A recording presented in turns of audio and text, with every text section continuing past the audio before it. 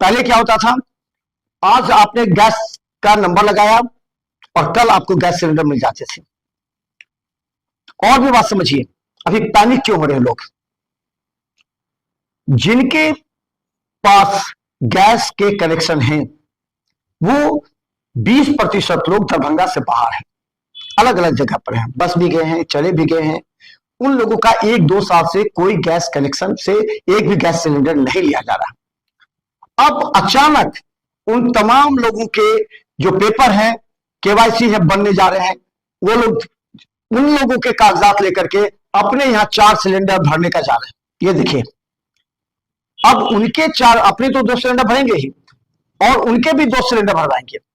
तो ऐसे तमाम जो पेपर्स हैं उस पर भी जांच आवश्यक है, क्योंकि जो एक व्यक्ति 4-4 सिलेंडर भरवाने के लिए सुबह 4 बजे से कतारों में खड़ा होता है और जिला प्रशासन और उस पर आरोप लगाते हैं, उनका कर्तव्य बनता है कि जिन्होंने 1 सप्ताह पहले गैस लिया है वो कम से कम 15 दिन 25 दिन तक बर्दाश्त करें।